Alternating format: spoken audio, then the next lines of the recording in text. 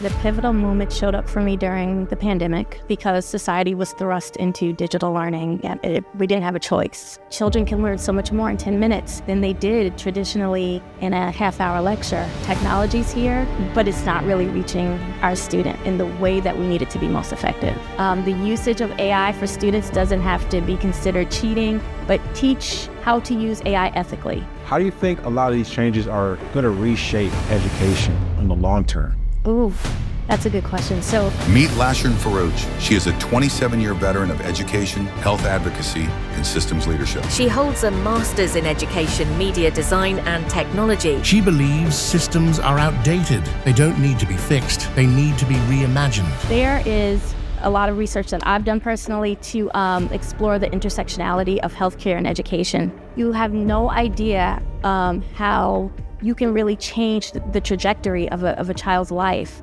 just by being who you are. What would you leave with the audience? Something brief that you feel a good, impactful quote to help them. Something brief? Yeah. We're bringing great corporate leaders, entrepreneurs on this podcast to help you in regards to what you're trying to do for your business and also your organization. Look, the way we can continue to bring in that constant value constantly is going to be when you hit that subscribe button. It's going to help us in what we're doing for our mission. If you're an entrepreneur, corporate leader, Fortune 500 leader, whatever it is, faith-based person that is looking to continue to elevate themselves at a different level, this is going to help us bring in the top tier talent that you're looking to hear from.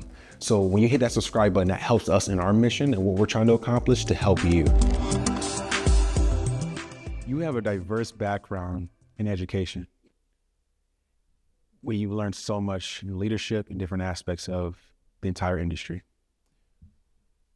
What has been a pivotal moment in your educational innovative expertise that you've learned over the years? I would say the pivotal moment showed up for me during the pandemic because society was thrust into digital learning and we didn't have a choice. I had fortunately completed a graduate level program in education, media design, and technology back in 2010, before most of what we see today even existed. So I would say being able to tap into everything I learned and have the opportunity to actually implement ways in which students can effectively learn, utilizing the digital resources that were underutilized prior to the pandemic.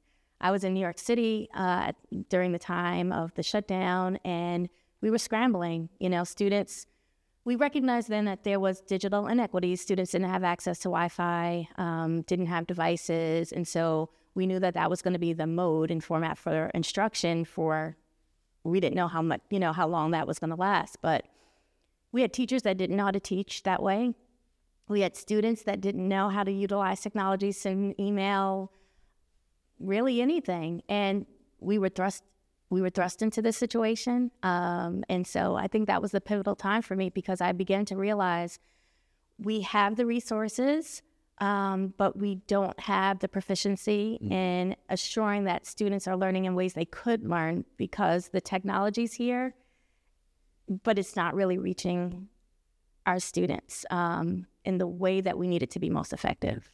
So that became a pivotal time, an opportunity to train staff, to bring in some of my understanding around childhood development and appropriate screen time usage, what instruction looks like. We don't have to match what in-person learning blocks look like in the digital space because that's more self-guided. Children can learn so much more in 10 minutes than they did traditionally in a half-hour lecture. And I think it's been hard for educators to kind of embrace that fully because it feels like they're losing some sense of, authority over the learning experience. Digital learning should be teacher as facilitator, and it's slow. There's a slow adoption to that. Teachers still want to be in control of how children learn. But what's interesting now, because of the developments and innovation in neuroscience, especially in education, we're realizing that educators don't really understand how learning takes place, right? They're not learning specialists. So if we can bring all of those, like merge all of that together, we have the opportunity to instruct in a shorter time, but provide so much more knowledge and information. And so you're seeing models pop up all over the country, 2-hour learning labs, alternative forms of schooling, hybrid models, world schooling, micro schooling. And I think we're at a time now where policy is getting some attention. You know, the political landscape is shifting and embracing alternative forms of education, but it's still very controversial. Those who are deeply entrenched and embedded and profit from the traditional model are concerned. And I think people feel as though, this is my take, people feel as though something's going to be taken away. But one size fits all doesn't work for our society. It just doesn't work for humans, right? It's better to have a menu of options, and children and families can do what's best for them. Oh, sure. Yeah, because I know, It's fine. Okay, I was making sure, I'm a New Yorker hand talker, so sorry. No, I was making sure, like, it was, you were like, oh, gotta hold it. Okay, we're just gonna flow right off of it. Okay. No, very like impactful what you said, because like there's a lot of change happening.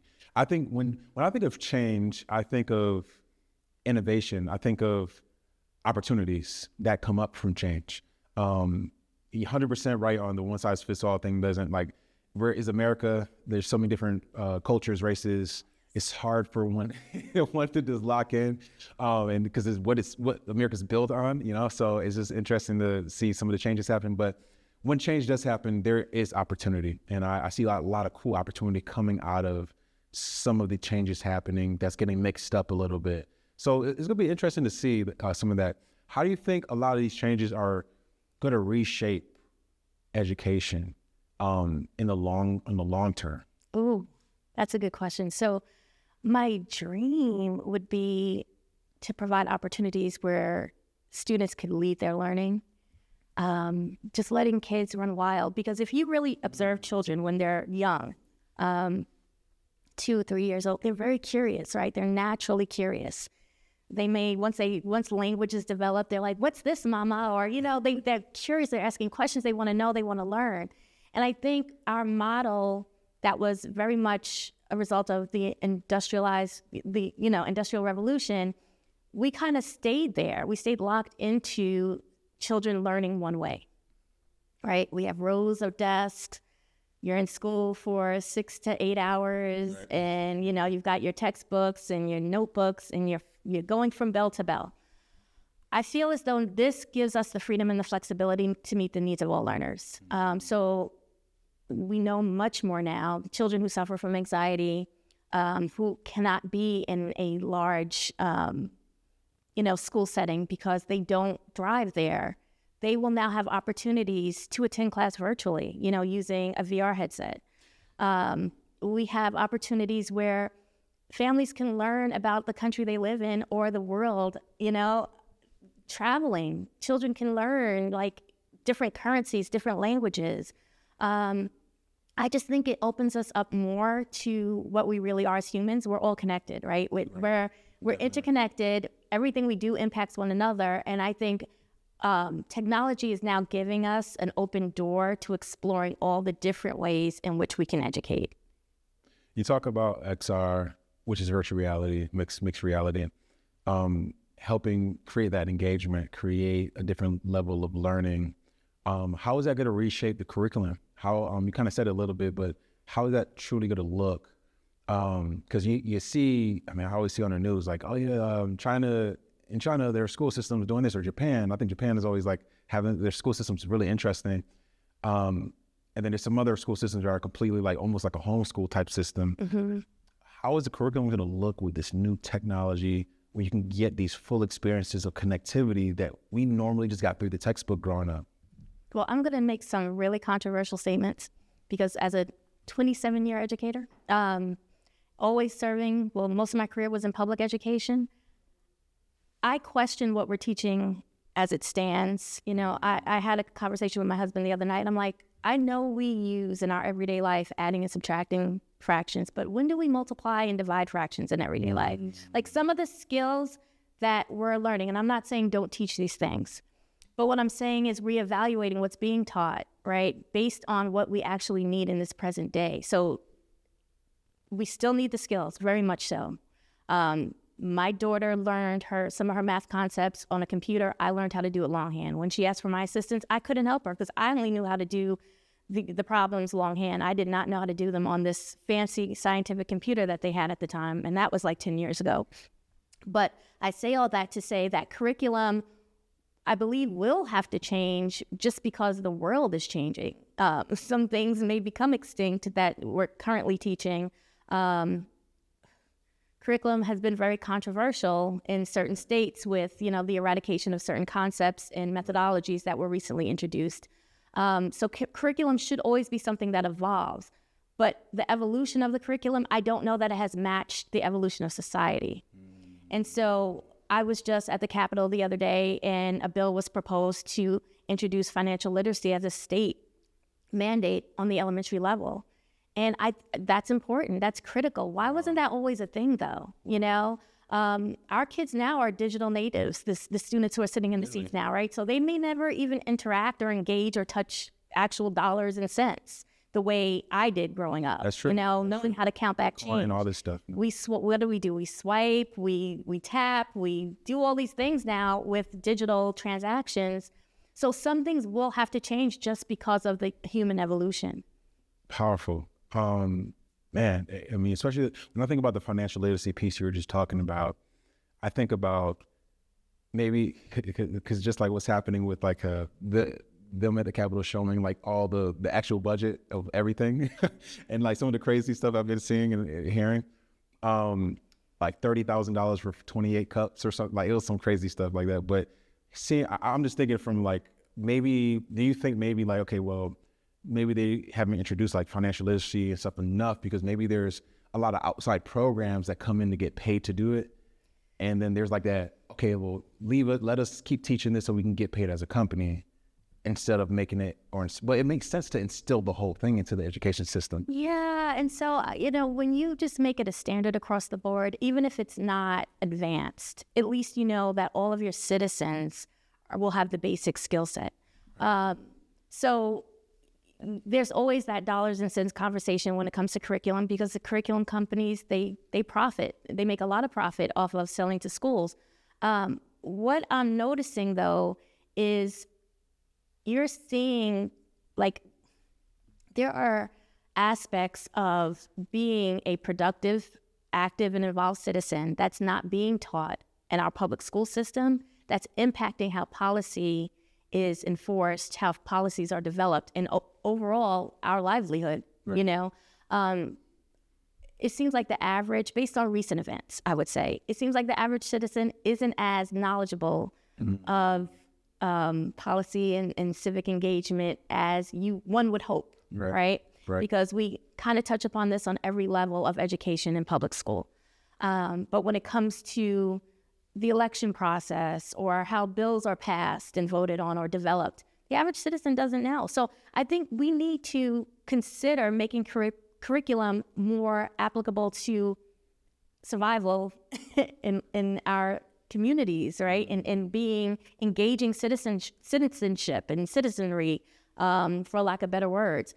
We want people to be productive, or was the design that they're not productive and engaged? You know, I'm not too sure if what we've been doing for so long at this point has been by design. But it's led us to this place where we're questioning a lot. Yeah.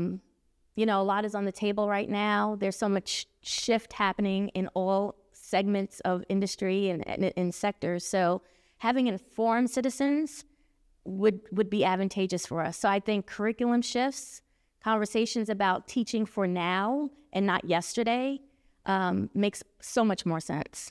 I love that. That goes into a piece I want to chat about, personal development as a teacher, as an educator. What do educators need to do now? Like you said, you know, educating in the now. So how can I'm an educator. I I need to level up my knowledge on what's happening now. Bitcoin, all this stuff, financial literacy on that end, or ways to make money through TikTok Shop, or, you know, just little things as an entrepreneur, or even just on the day-to-day, how to brand yourself, whatever. How do I get my personal development levels up so I can go in and help educate these students? What would be some of those resources or areas I should be able to like look into and fall into? So, okay. You as a supporter of K-12 or a teacher? I want to make sure I understand how I frame this answer. Okay. I guess, so more personal development for the teacher. Okay. So I'm a teacher and I'm looking to improve my personal development in learning more in my teaching, like better my teaching practices. Okay. What should I do?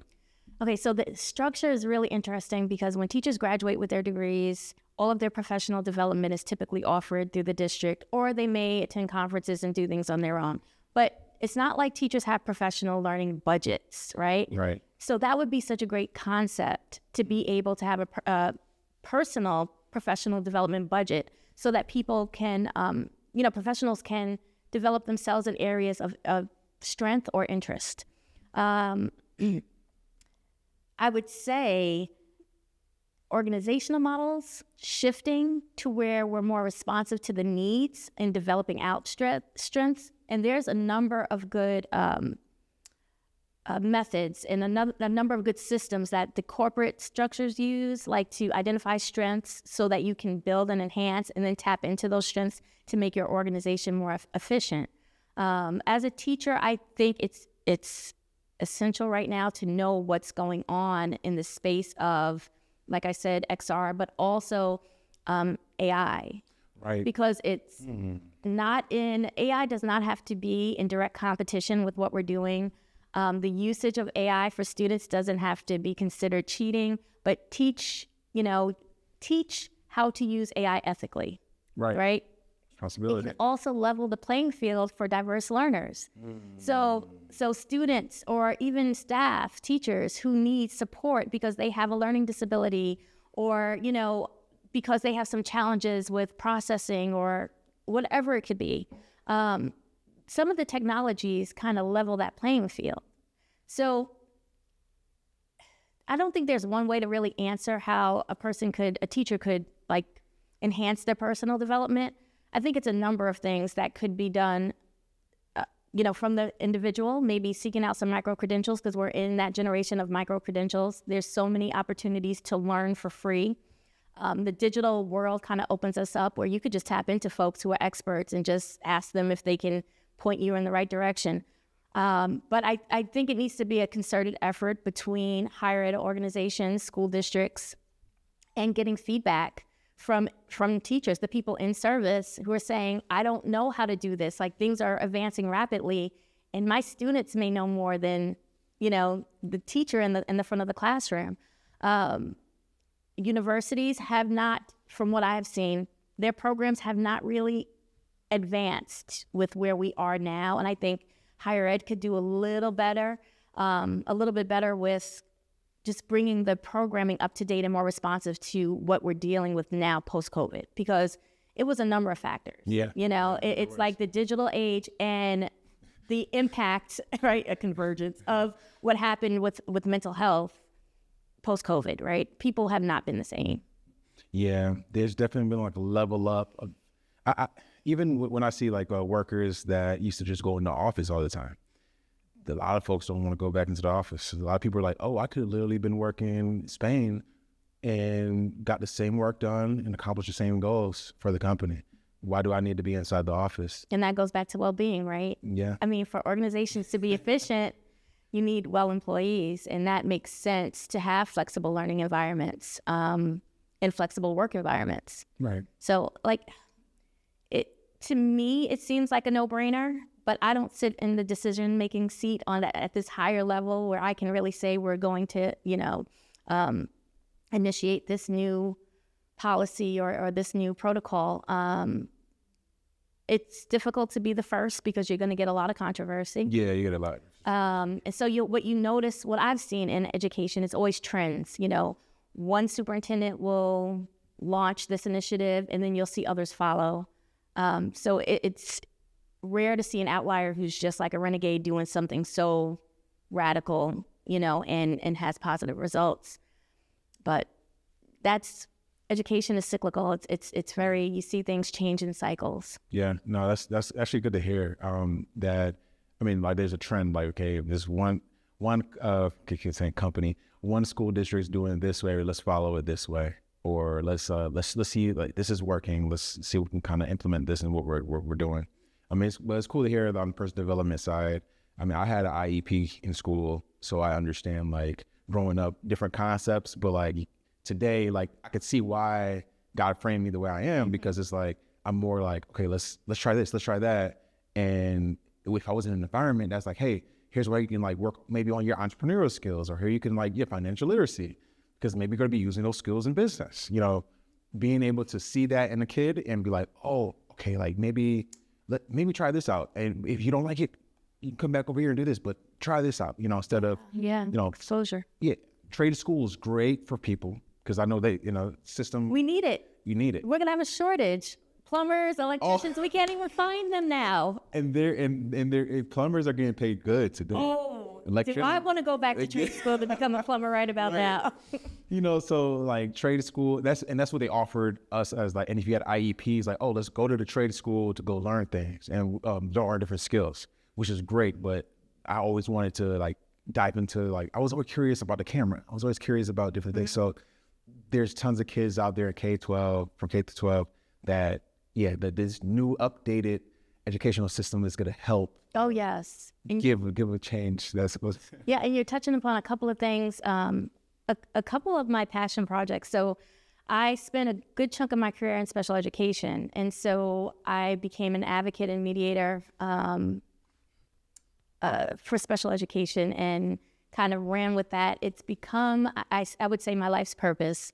And so I'm glad you brought that up, because I feel as though with all this question around funding, the simple answer is, we'll stop making it special, right? Just make it universal.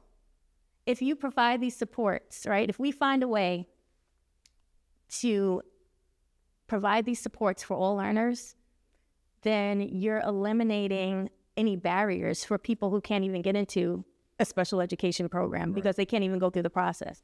For whatever reason, it's not as though you can, and I say that and I don't want to be misleading, it's not like you get into the program, but the testing and evaluation process can be lengthy, and sometimes it takes so long to get that IEP and get in an appropriate program that it's a lot of time that's missed and a lot of support that could have already been provided. Right. So I just want to clarify that. So special education, neurodiversity, and supporting that, I feel as if we embed all of those supports, then we help everyone, because you never know whether someone's diagnosed or undiagnosed, whether that support can benefit them, right? Exactly. Also, giving people options. So I think we're in a time now, I know we're in a time now where school models are going to start looking differently, right? They're going to be more accustomed to specific areas, so where people can specialize.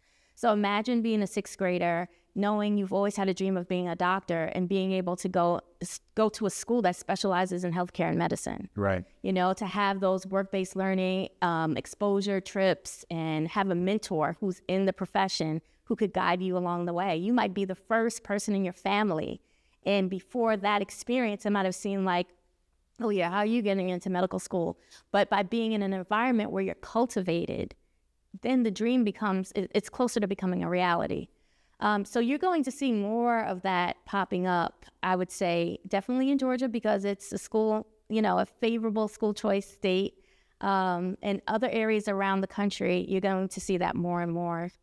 A lot of change. No, thanks for sharing that. I mean, and especially like, doing a little bit of research, like I know you're a big advocate for just wholeness, holistic education and health equity. Yes. And if you want to dive a little bit of that, and even on this like the data side of education, like how data can help impact education on different ends. So yeah, let me a little bit about just the health equity piece and the holistic piece.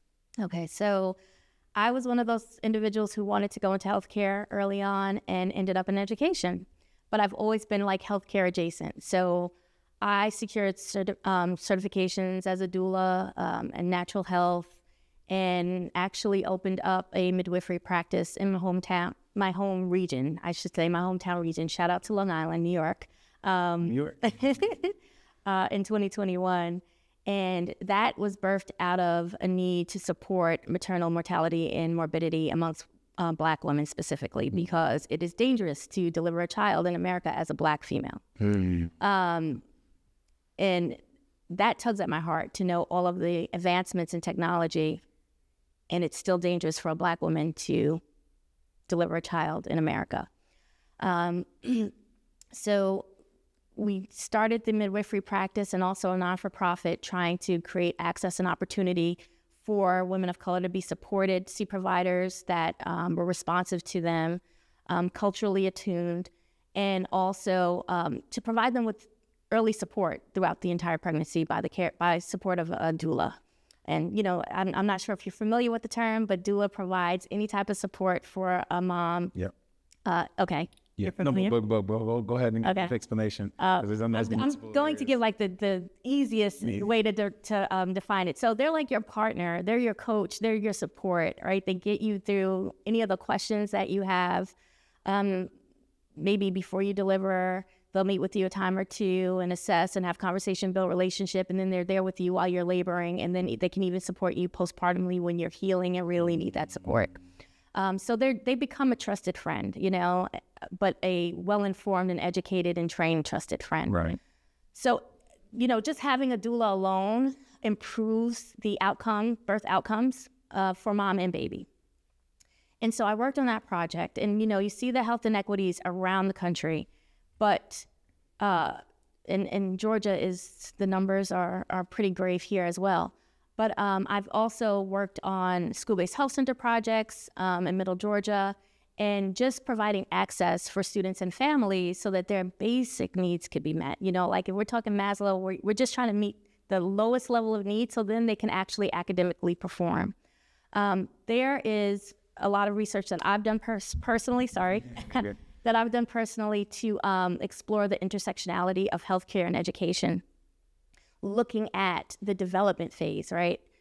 What happens if we can identify any type of abnormalities or trauma or anything that would require some type of intervention or therapy or support early on, so that by the time the child gets school age, you know, they're already getting the supports that they need in order to have a better school experience. What else was I saying about it? Was health equity, and then your next question was. And then it was heavily on. I mean, I think you answered them actually. Okay. You answered them. So I mean, let's kind of even pivot even into like for educators, like what kind of advice would you give an educator that's in this? There's this change happening in legislation. There's this change happening in the full industry as a whole. What advice would you give them to help encourage them and to help them even improve to get to the next level, or even, like to help them keep a good frame of mind, or what they should do? Okay. And so now I'm going to tap into my natural health piece. Okay. Yeah. So I would say it's really important to make sure you're addressing, as an educator, some basic components of your life, right, in your routine. So your hydration, your sleep, how you're managing your stress. Analyze whether you have a village and support system, because the role of an educator has always been mother, teacher, nurse, social worker. But now it's like on steroids because of all of, you know, what you're encountering on a day-to-day basis, from students' needs and family needs to just meeting your job responsibilities and checking all the accountability pieces. And then teaching, you know, so teachers wear a number of hats, and the job is a rewarding job when you see the impact that you're making, those deposits into the future and the lives that you truly are changing. You have no idea how you can really change the trajectory of a child's life just by being who you are, right? Just showing up every day for them. For some children, that means so much because they may have life circumstances or situations where people aren't showing up for them every day. Right. but it does take a toll on educators. So I would say, making sure that you're addressing the basic things that you have control over.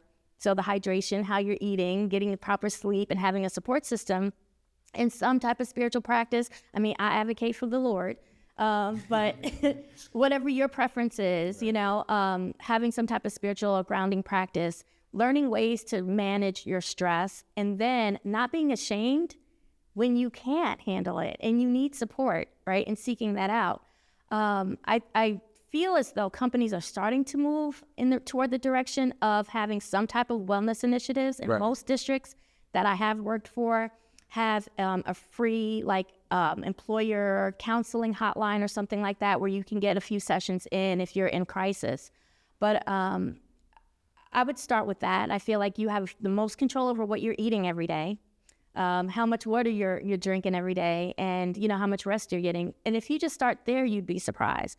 Then if I put on my natural health hat, I would say, let's look at your supplementation and your mineralization. But I guess that's another conversation. It's a huge pull nowadays, because families, communities have changed. And the current climate is such a fear-based climate that we're living in that I feel as though, and this is again one of my little personal opinions, my little, I don't want to call it a conspiracy theory, but I feel like the fear is palpable. I feel like children are so perceptive and innocent and sometimes open to those spiritual realms that they can feel when somebody's tense. Right. They can feel when someone's afraid, and sometimes it's the unspoken things. I remember when I was a principal in New York City, I had a population of, my school had about 26%, I think, students with IEPs. And some of the behaviors, it was middle school. So, middle school, they're turning up, they're doing all the things. And you're like, good Lord, these children, Yeah, the middle school lobe is not fully formed. And they fear nothing. So I would walk through the halls. I got to work early, walk through the halls, praying, touching every door, every single day that I was a principal in that school. And any day that I wasn't there, all hell broke loose. There were times where I would be called on FaceTime, can you please help de-escalate this student? I mean, and I would do the best that I could, to help the student regulate over FaceTime. We're dealing with a lot now. And so the models that used to exist and were good enough aren't any longer. So I don't think anyone can have an organization without a wellness officer. I think that has to just be standard, because we became so consumed with productivity and bottom lines that we forgot about the human aspect of organizations. And having a wellness officer may bring that humanness back into everything we do. We need to use human-centered approaches to everything we build, because we're building it for the people, but we're losing that somehow. We've lost that when we think about profit. Thanks for sharing that. Actually, I want to pause real quick. Then we're just trying to get a memory card issue. I was like, I'm talking too much. No, I was letting you flow, because I was I didn't want to stop, and then we missed some good nuggets. So yeah, you can just add it in there, actually. Yeah, there you go. And then I'm just gonna start where it comes up. So, well, that middle one was going for a little while, huh? We're not on my camera. Oh, it's cut up. Yeah, well, at least we have these two. That was my main focus, because we'll cut a couple times to the middle. I do. Yeah. Oh. Wow. No, I love what you talked about with the. Hold on.